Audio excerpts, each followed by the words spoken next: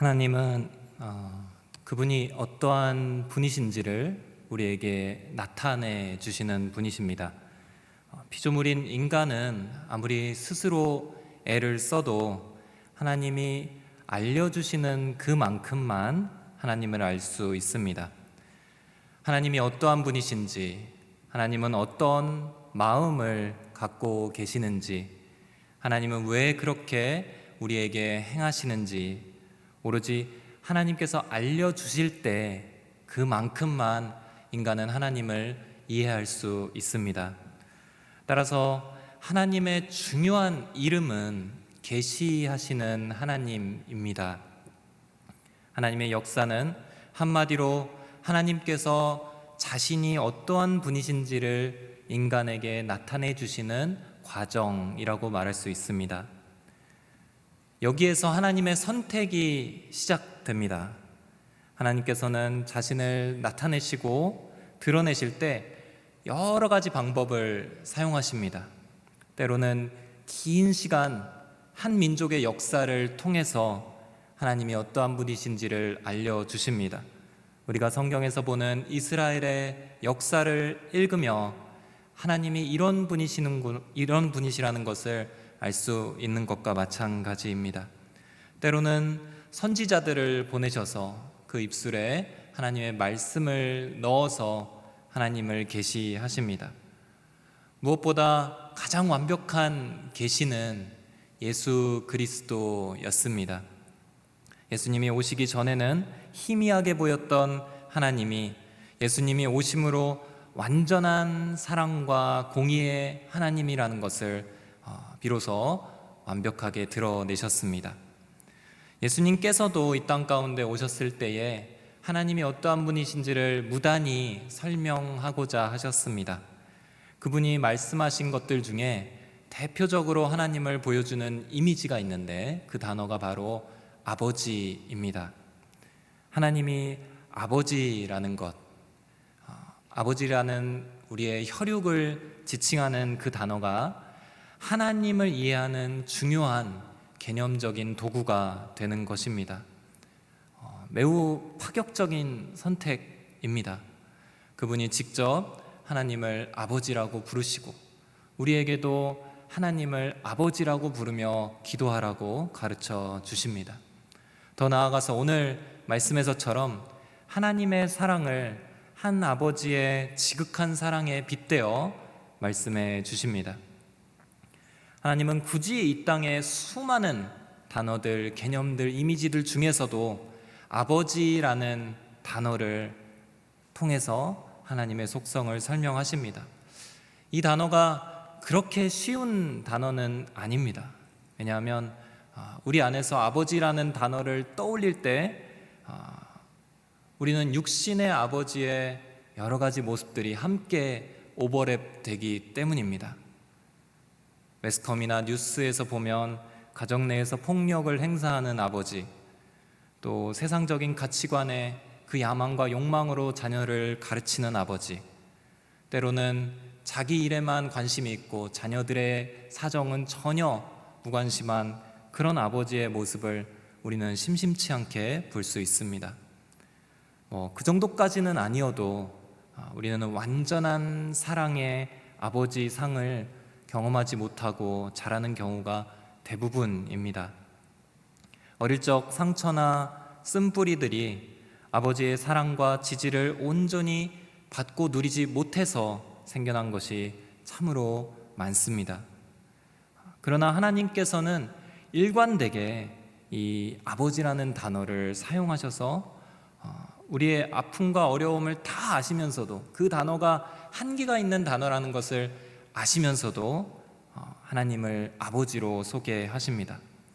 이 땅에서 아버지의 역할이 온전히 회복되기를 바라시는 하나님의 마음인과 동시에 진정한 아버지의 사랑이 하나님으로부터 온다는 것을 알려주시기 위함입니다. 90년대 후반에 플로이드 맥클랑이라는 목사님께서 쓰신 하나님의 아버지 마음이라는 책이 있습니다. 제목이 하나님의 아버지 마음입니다. 하나님 아버지의 마음이 아니라 하나님의 아버지 마음입니다. 뒤에 그 아버지 마음, 영어로 이야기하면 Father's Heart, 그 아버지 마음에 방점이 있는 책입니다. 이 책의 부제는 참 좋은 하늘 아빠를 만나다입니다. 이 맥클랑 목사님은 선교사이시면서 목회자이십니다. 빈민가와 율락가에서 여러 사역을 하셨던 분이시기도 합니다. 많은 분들을 만나서 상담을 하며 목회를 하시면서 그들 안에서 하나님의 선하심을 온전히 받아들이기 못하게 하는 어떠한 벽을 발견했습니다. 어느 날 상담 중에 목사님이 한 소년에게 이렇게 이야기를 하셨습니다. 하나님은 아버지와 같은 분이시란다. 그러자 그 소년이 깜짝 놀라며 저는 그렇다면 절대 하나님을 믿지 않겠어요 라고 대답했습니다. 그에게 있어 아버지란 너무도 무섭고 폭력적이고 함께하고 싶지 않았던 이미지였기 때문입니다. 이런 가슴 아픈 사연이 참 많습니다. 어느 정도 받아들이고 이해한다고 해도 우리가 아는 육신의 아버지의 그 한계에 갇혀서 하나님을 오해하는 경우가 참 많습니다. 그러나 하나님은 우리가 상상하는 어떠한 좋은 아버지보다 더 좋은 하늘 아빠라는 그 사실을 알려주고자 목사님께서 이 책을 쓰셨다고 서문에 적고 있습니다. 성도 여러분, 우리는 하나님 아버지를 어떻게 이해하고 받아들이고 있습니까?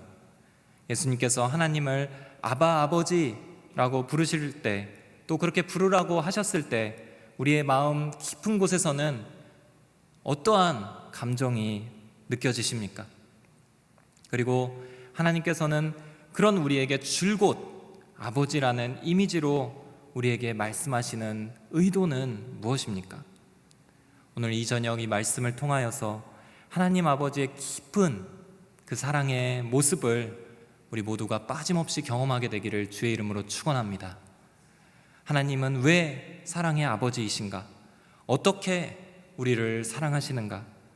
내 영혼에 있어서 그 사랑은 과연 안길 만한 것인가 확인하시고 진실된 반응을 드리며 그 사랑의 아버지를 만나는 시간이 되기를 축복합니다. 첫째로 하나님은 자유를 주시는 인격적인 아버지이십니다. 오늘 말씀은 그 유명한 탕자의 비유입니다. 얼핏 보면 주인공이 탕자인 것처럼 보이지만 사실 주인공은 아버지입니다. 이 비유의 말씀이 등장하게 된 배경은 세리와 죄인들이 예수님 곁에 가득 있었기 때문입니다. 그리고 바리새인과 서기관들이 수군거리면서 예수님을 비방합니다. 이 사람은 죄인과 함께 식사하고 가까이 있구나. 그러자 예수님께서는 회개하는 죄인 한 사람을 기다리시는, 그 한 사람이 주님 곁에 오기를 기뻐하시는 하나님의 마음을 말씀해 주십니다. 그러면서 등장하는 것이 그 유명한 세 가지 비유, 잃어버린 양의 비유, 잃어버린 한 드라크마의 비유, 잃어버린 아들 탕자의 비유입니다. 잃어버린 영혼이 주인공이 아니라 잃어버린 영혼을 찾아다니시는 하나님의 마음이 메시지인 것입니다.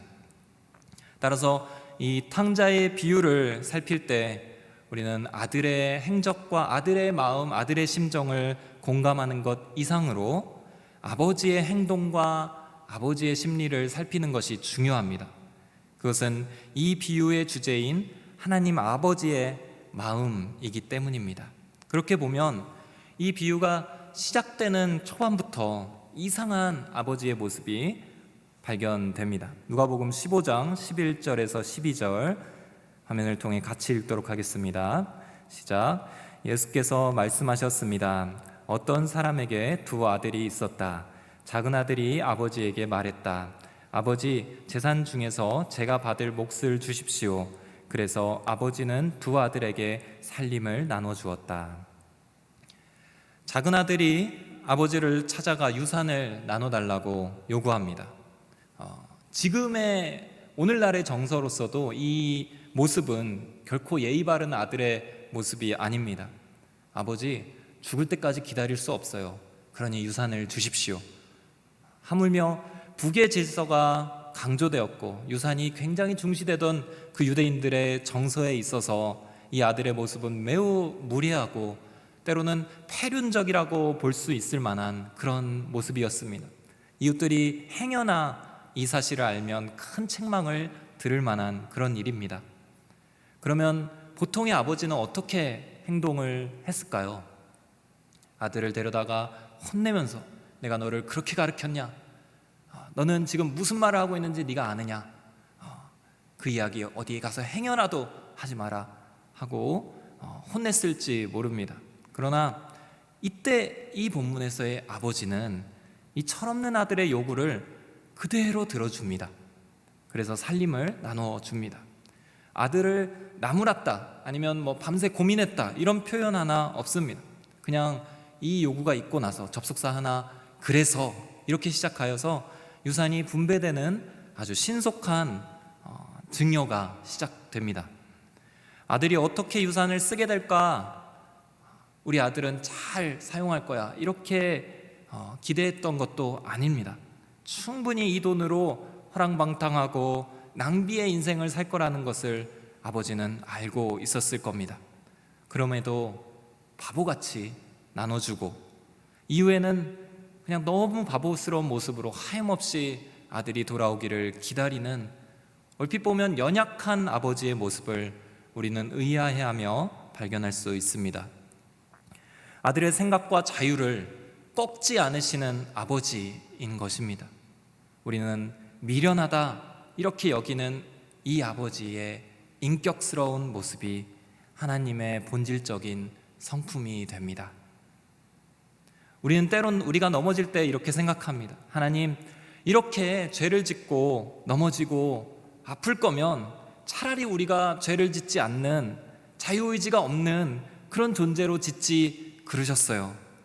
왜 우리에게 선택권을 주시고 왜 우리에게 유혹거리를 만드시고 왜 우리의 잘못된 뜻을 온전히 꺾지 않으셔서 이런 결과를, 이런 아픔을 겪게 하시나요?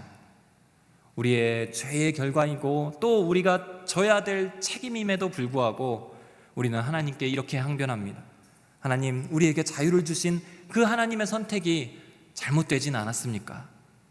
그러나 하나님께서는 우리에게 자유를 허락하시고 그 자유를 정말 웬만해서는 꺾지 않으시는 분이십니다. 우리가 얼마나 연약하고 완악한지를 아시면서도 우리의 의지를 존중하시는 분이십니다. 하나님은 우리가 얼마나 작은 존재인지를 아십니다. 그리고 그럼에도 존중하십니다. 그게 하나님 아버지의 인격적인 마음입니다.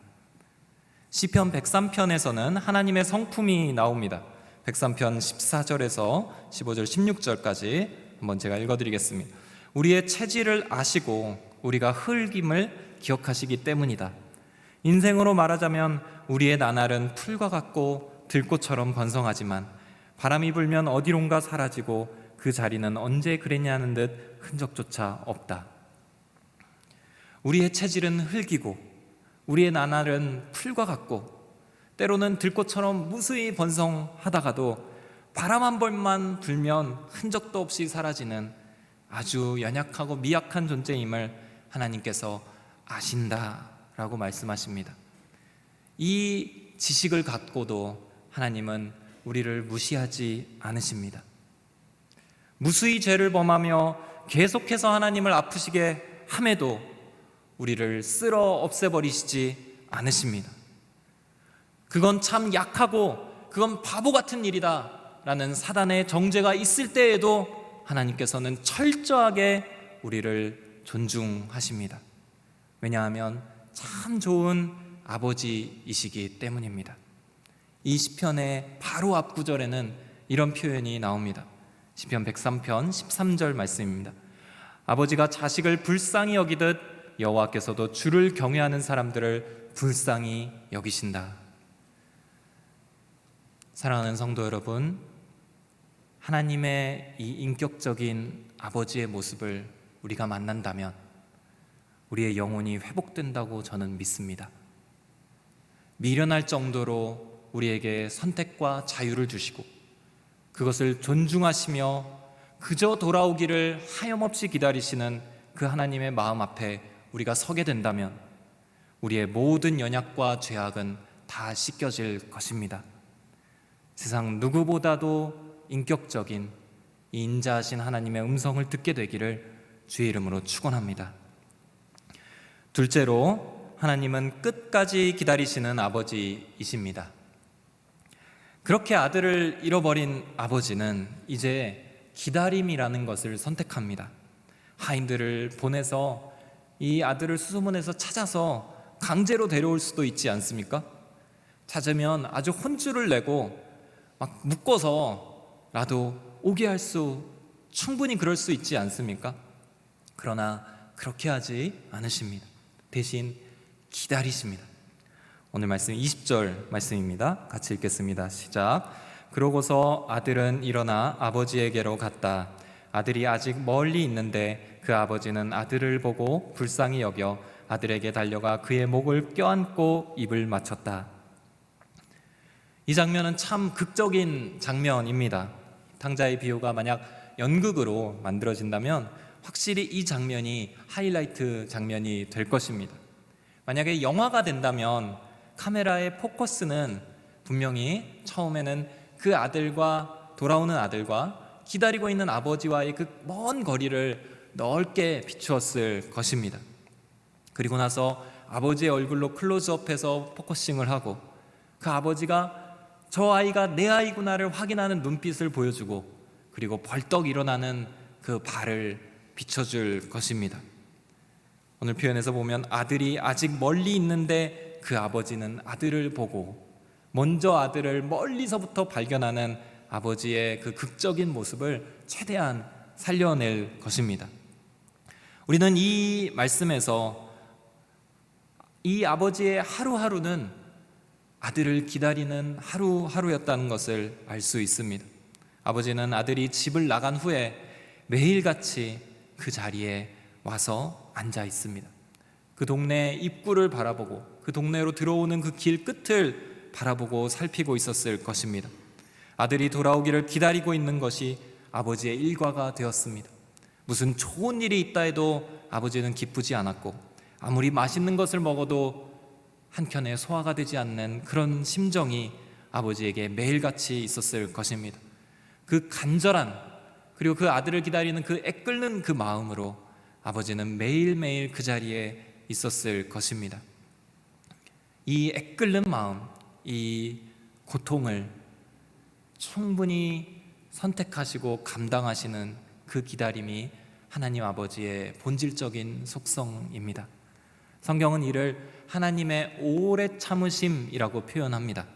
베드로후서 3장 9절에 같이 읽겠습니다. 시작.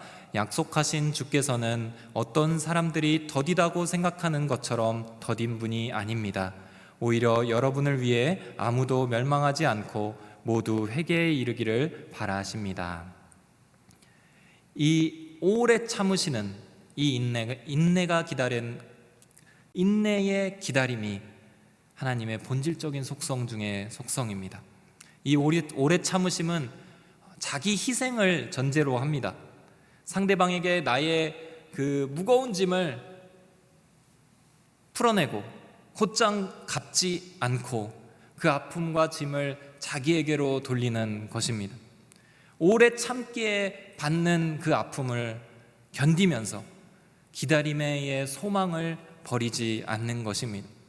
이 또한 세상에서는 없는 참 미련하고 바보 같은 선택입니다. 그런데 이 하나님의 오래 참으심이 우리에게 소망이 됩니다. 이것은 십자가를 통하여서 우리에게 확실하게 보여졌습니다. 십자가 형벌을 묵상하다 보면 그것이 단순한 죽음 이상의 의미가 있다는 것을 우리는 알 수 있습니다. 십자가형은 단번에 처벌이 아닙니다. 단번에 처벌하는 것이 아니라 장시간 동안의 죽음을 의도한 형벌입니다. 죽는 것도 오래 걸리게 합니다. 그리고 며칠 동안 그 시체를 거기다 걸어놓고 많은 사람들이 그것을 바라보며 저런 잘못은 하지 말아야겠다 하고 교화로 삼는 그 본보기의 형이 바로 십자가형입니다. 주님께서는 죄인을 위하여 죽으시면서 십자가에 달리시는 것을 선택하셨습니다. 십자가상의 고통과 수치를 각오하시는 그 주님의 선택이 있습니다. 참고 또 참으시는 겁니다.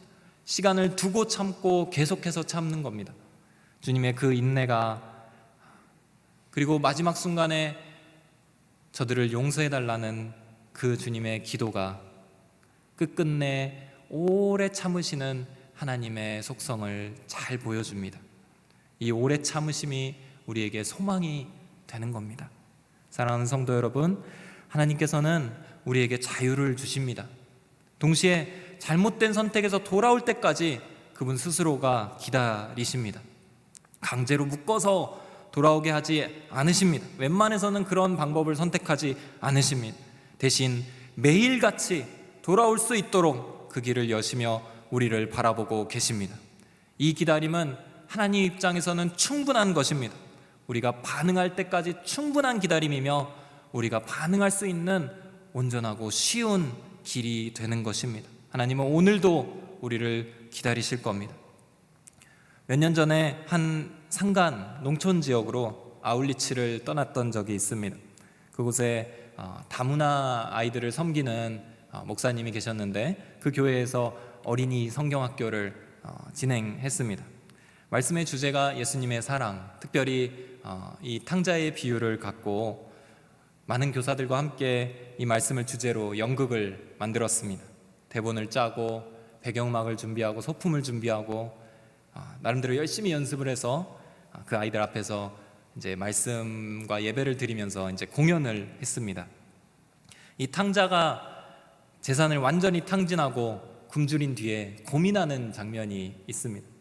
이제 외국에 나가서 다 흥청망청 써버린 후에 이 돼지 키우는 일을 하다가 그 돼지 밥도 제대로 먹지 못해서 정말 고민하는 그 장면, 그리고 저 구석 끝에는 아버지의 역할을 한 그 분이 계속해서 수염을 달고 하염없이 이 탕자를 바라보고 있었습니다. 이 탕자는 고민을 합니다. 내가 아버지께로 돌아가야 하는가? 아버지가 나를 받아주실까? 한참을 머뭇거리면서 연기를 하고 있는데 제가 연기를 했습니다. 한참을 막 머뭇거리면서 갈까 말까. 하나님이, 아니 아버지가 나를 받아주실까? 막 이렇게 고민을 하고 있는데 갑자기 앞에 있던 한 어린 친구가 벌떡 일어나서 무대 위로 올라오더니 제 엉덩이를 뻥 걷어차는 겁니다. 그리고 그 아이가 외쳤습니다. 빨리 가요. 기다리시잖아요. 너무 몰입한 나머지, 그리고 그 아이 입장에서는 너무 그 모습이 답답해서 그 탕자의 등을 밀어낸 것입니다.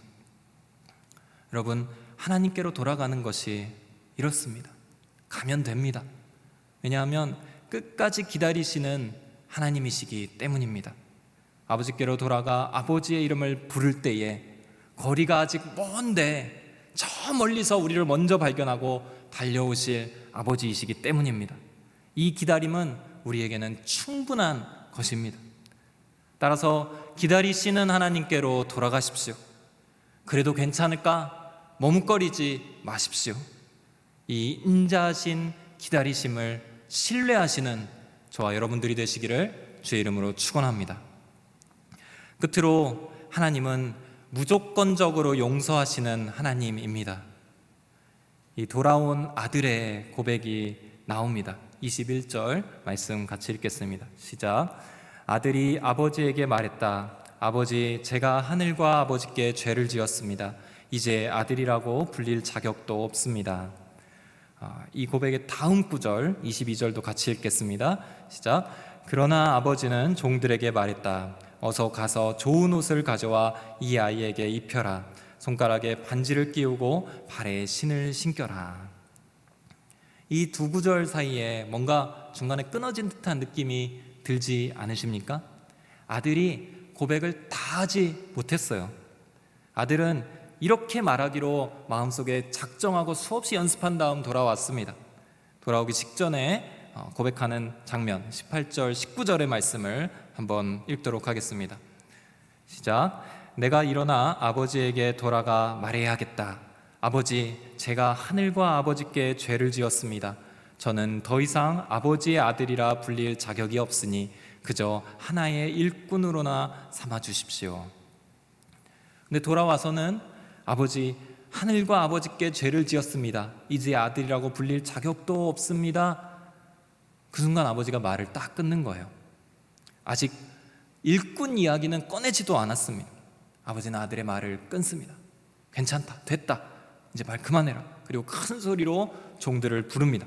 그리고 잔치를 베풀 것을 명령합니다. 고백을 다 하지도 못했고 일꾼 이야기는 하지도 못한 채 아들은 그 종들의 손에 이끌려 씻겨지고 옷 입혀지고 반지도 끼우고 신발도 신습니다.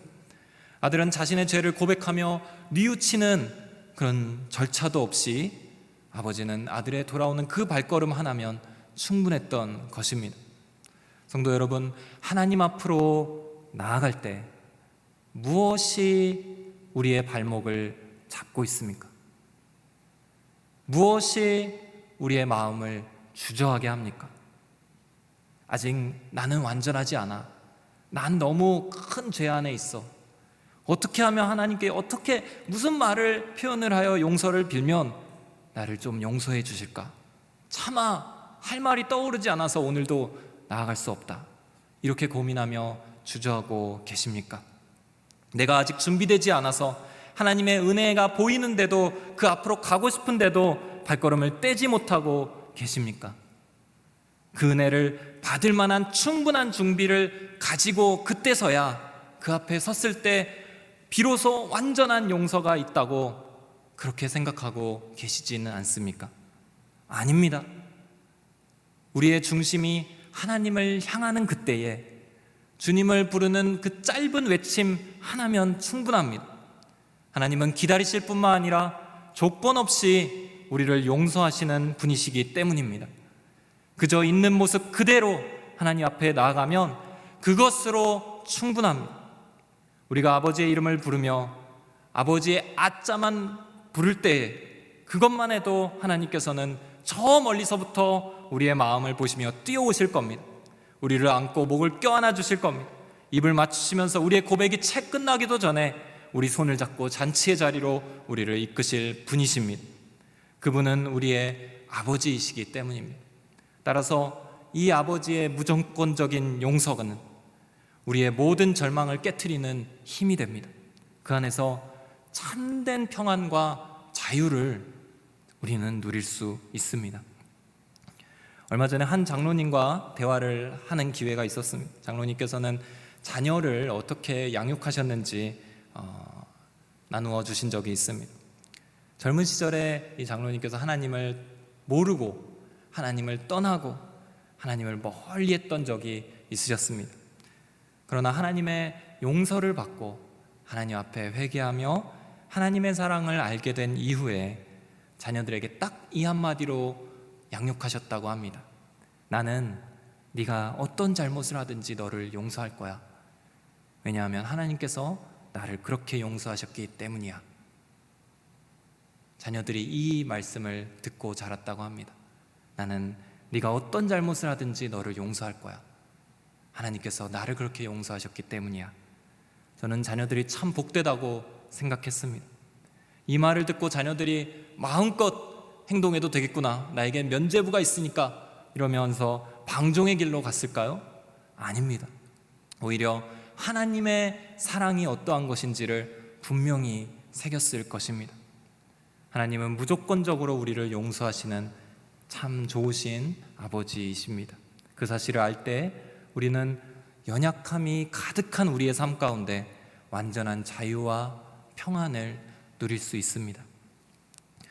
말씀을 맺으며 우리 삶에서 참 좋은 하늘 아빠 은혜 앞에 다 같이 서기를 원합니다.